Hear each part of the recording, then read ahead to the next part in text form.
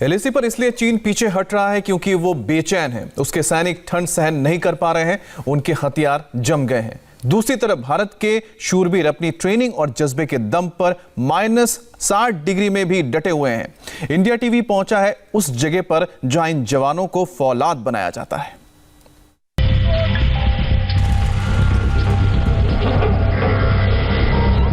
इन्हीं तस्वीरों को देखकर दुश्मन के सीने ठंडे हो जाते हैं। यहाँ कड़ी ट्रेनिंग में भारतीय फौजियों का खून उबलता है तो इसकी आंच सीमा पार दुश्मन तक भी पहुँचती है। भारतीय शूरवीरों को हिमवीर में बदलने वाला ये है आर्मी का हाई एल्टीट्यूड वॉरफेयर स्कूल। ये स्कूल जम्मू कश्मीर के गुलमर्ग में 1948 से ही मौजूद है। 1962 में से अपग्रेड करके नया स्वरूप दिया गया। 10,000 फीट की ऊंचाई पर बने इस स्कूल में सिखाया जाता है कि कैसे इन बर्फीली चट्टानों के बीच अपने देश की सरहदों की हिफाजत करनी है और इसके लिए उन्हें गुजरना पड़ता है बेहद कड़ी ट्रेनिंग से।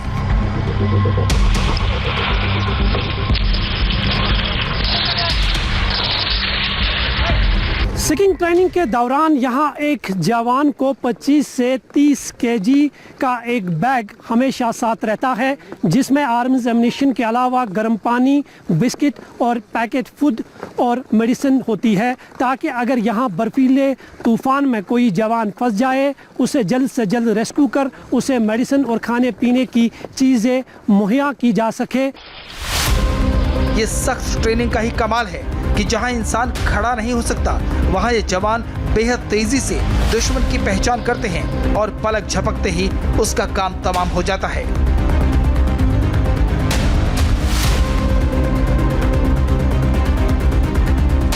दरअसल ये जवान जो इस लाइन ऑफ कंट्रोल की पेट्रोलिंग कर रहे हैं, ये आधुनिक हथियारों से लेस है, इनके पास पूरा साजो सामान है और ये बर्फ़ पर जो जिस तरह से चल रहे हैं आपको लगेगा कि ये एक मैदान पर चल रहे हैं। हालांकि बर्फ़ जो है 15 से 20 फीट के आसपास नियंत्रण रेखा वाले इलाकों में होते हैं। खासकर द्रास करगिल की लाइन ऑफ कंट्रोल की बात करें तो वहाँ सबसे ज़्यादा बर्फ़बारी होती है, लेकिन उसके बावजूद ये जवान जो है आसानी से इस बर्फ़ को क्रॉस करते हैं। चीन को नाकों चने चबवाने वाले गलवान के बलवान हों या फिर नियंत्रण रेखा पर पाकिस्तान के मंसूबों पर पानी फेरने वाले जाबाज, यहीं से निकलते हैं ये सभी योद्धा।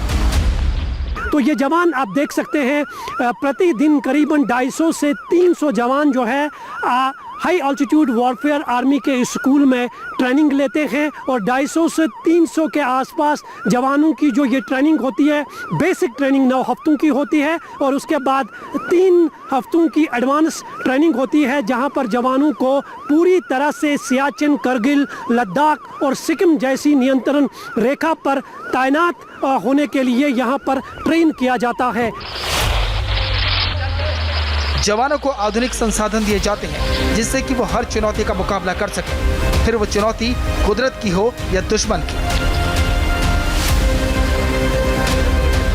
ट्रैगर शूज़ जो देखा होगा आपने, ट्रैगर शूज़ अगर कोई पेट्रोलिंग पार्टी जा रही है तो उनको हम ट्रैगर शूज़ देते हैं तो वो आराम से बर्फ़ के ऊपर चलते हैं। और अगर ये स्टूडेंट्स इतने जो वहाँ पे पेट्रोलिंग पार्टी है जो बर्फीले इलाके में पेट्रोलिंग कर रहे हैं, अगर उनके पास स्की है और स्की के साथ स्की स्किन है तो वो इस टेक्निक का इस्तेमाल करते हुए वो किसी भी पहाड़ी पर चढ़ भी सकते हैं और डाउन स्कीइंग करके वहाँ से नीचे भी आ सकते हैं और अपना टास्क अंजाम दे सकते हैं। यहाँ पे हम जो मिलिट्री स्कीइंग के साथ साथ हम इनको सर्वाइवल जो ट्रेनिंग है, सर्वाइवल की ट्रेनिंग भी देते हैं। सर्वाइवल ट्रेनिंग में हम इनको 1 हफ्ते के लिए इग्लो में उनको रहना पड़ता है, बर्फ़ से उनको पानी बनाना होता है, उनका जो खाना पीना है इग्लो में ही बनाते हैं और उसी में सोते भी हैं और साथ साथ जो है पैरेलल में ट्रेनिंग भी इनका चलता रहता है। दुनिया भर में भारत के इस हाई एल्टीट्यूड वॉरफेयर स्कूल का लोहा माना जाता है। यही वजह है कि आज अमेरिका समेत 18 देशों की सेनाएं अपने जवानों को ट्रेनिंग के लिए इसी स्कूल में भेजती हैं। यहाँ पे इंडियन आर्मी पर्सनल्स के अलावा पैरामिलिट्री फोर्सेस और फ्रेंडली फॉरेन कंट्रीज के भी नुमाइंदे आते हैं, जिनको हम यहाँ पे इनके विंटर वॉरफेयर सीरीज और माउंटेन वॉरफेयर सीरीज के बेशक कई सारे टेक्निकों के बारे में सिखाया जाता है। ये दुनिया के बेहतरीन आर्मी ट्रेनिंग स्कूलों में से एक है।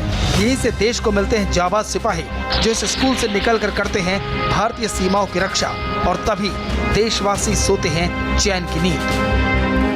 मंजूर मीर, इंडिया टीवी, गुलमर्ग।